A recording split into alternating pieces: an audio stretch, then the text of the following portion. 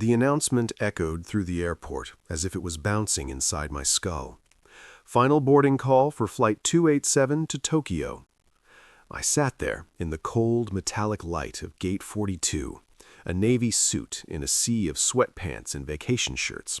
My carry-on was perfectly packed, my laptop fully charged, my calendar full of back-to-back meetings that would make the company another few million. And yet, I'd never felt more empty. I stared at my phone. No new messages. The last text from my ex-wife was weeks old. "Daniel, you missed Ethan's recital again. He stopped asking if you were coming." I locked the screen, jaw tightening.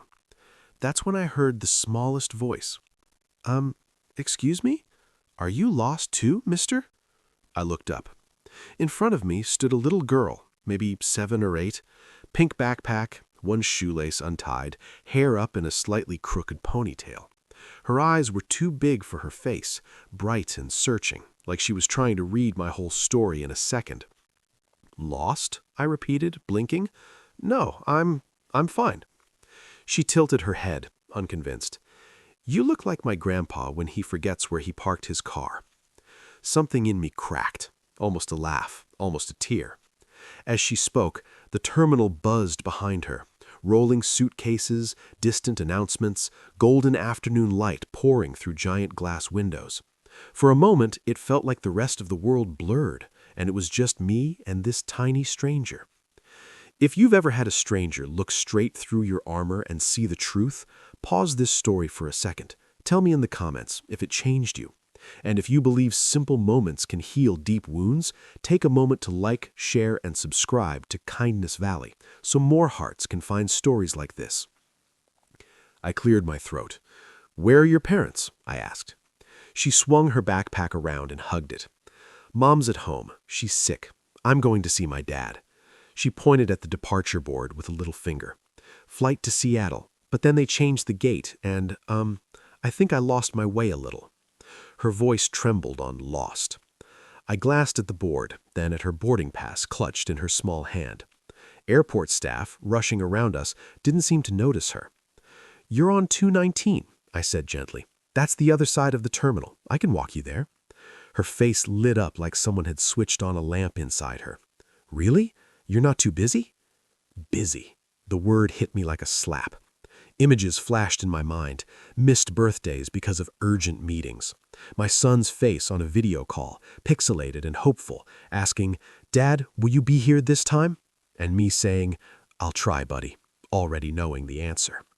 I stood, forcing a smile. "I can make time." We started walking. The camera would follow us from behind, my tall, stiff figure in a dark suit, beside this small girl in a bright yellow hoodie, weaving through the crowd. Sunlight cascaded through the high windows, dust motes floating in the air like tiny galaxies. "So, why do you look so sad?" she asked, just like that. No hesitation. Kids never tiptoe around the truth. "Do I?" I asked. She nodded seriously. "You're holding your briefcase like it's very heavy. My teacher says sometimes people look heavy even when they're not carrying anything. That means their heart is tired." I laughed softly, but it came out broken. "Your teacher is very wise." She shrugged. She wears funny socks with cats on them. We walked past a cafe, the smell of coffee hanging warm and bitter in the air. A father lifted his little boy onto a chair, helping him stir hot chocolate. The giggle giggled. The dad wiped a bit of whipped cream off his nose. My chest tightened. My son, Ethan, used to do that.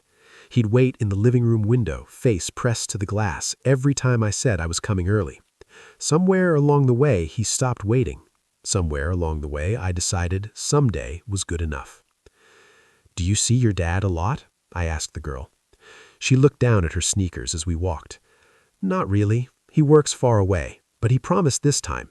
He said, 'Leah, I'll be right there at the gate when you arrive. Cross my heart.'" Her voice brightened with the memory, and I could almost see her dad in her eyes. A man trying, maybe failing, but trying. "Promises are important," she added, suddenly serious. "Mom says a promise is like a bridge. If you break it too many times, people stop crossing." I swallowed hard. Your mom is right. Have you ever realized, too late, that you've been breaking bridges with the people who needed you most? If this is hitting a little too close to home, you're not alone. Tell me in the comments, who's the one person you wish you'd shown up for more? And as you think about that, remember, sharing stories like this from Kindness Valley might be the reminder someone else desperately needs today. We reached the center of the terminal, where the ceiling rose higher, sunlight spilling in like a spotlight. Travelers passed us, each wrapped up in their own lives, their own worries. "Why are you traveling alone?" she asked. "I have a business meeting," I replied, "in Tokyo." "But who's waiting for you?" she pressed. The question stuck in my throat. "No one." "Well," I began slowly, "I used to have a family waiting for me. A wife, a son, but I kept choosing the office instead of the dinner table, the boardroom instead of the living room, the plane instead of the playground." I paused, my voice dropping. And one day, they stopped waiting. We stopped walking for a second. She studied my face, brow furrowed like a tiny detective. "Did you say sorry?" she asked. My mind flashed back to the last time I'd seen Ethan in person. He was standing on the porch, arms crossed, eyes duller than I remembered. "It's okay, Dad. I know your work is more important," he'd said. No anger, just resignation. I'd opened my mouth to apologize, but my phone rang. I took the call.